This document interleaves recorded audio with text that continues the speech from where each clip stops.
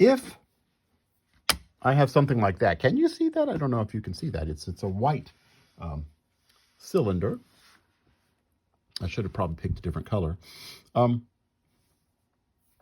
A cylinder. A cylinder is just like a prism. It has, well, it's different than a prism also. It has parallel bases and then a side, but the side is circular here.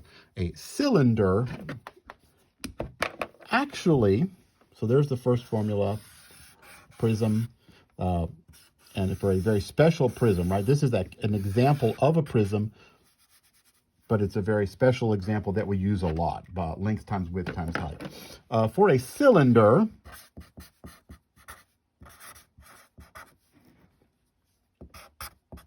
we actually use the same formula.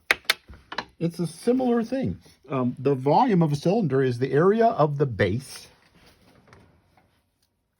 times the height.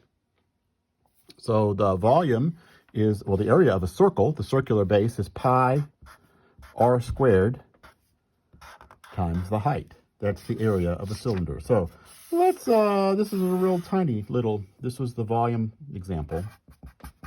Right, I don't know if I can do this. Let's see if I can find the volume of this little tiny cylinder. I need to know the radius.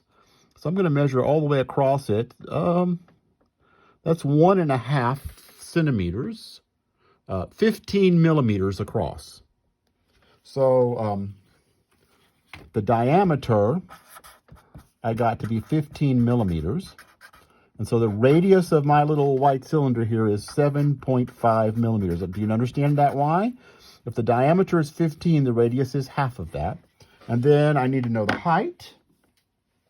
The height of this little cylinder is, use my ruler here, it's 10 centimeters. Not 10 centimeters, good heavens, 10 millimeters. Height is 10 millimeters.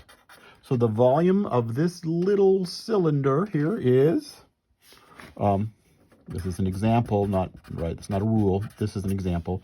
The volume of my little white cylinder is pi r squared, 7.5 millimeters squared, times the height, 10 millimeters, pi r squared h. And if I multiply that out, 7.5 squared is 56.25 times 10, 56.25 times 10.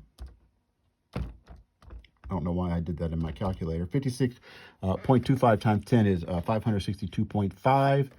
So I'm going to write 562.5 pi cubic millimeters for the volume of this little cylinder, or 562.5 times 3.14. I could estimate it approximately.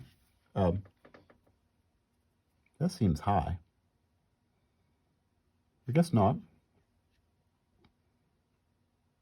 Cubic millimeter is really tiny. 1,766.25 cubic millimeters. And that is using an approximation of pi.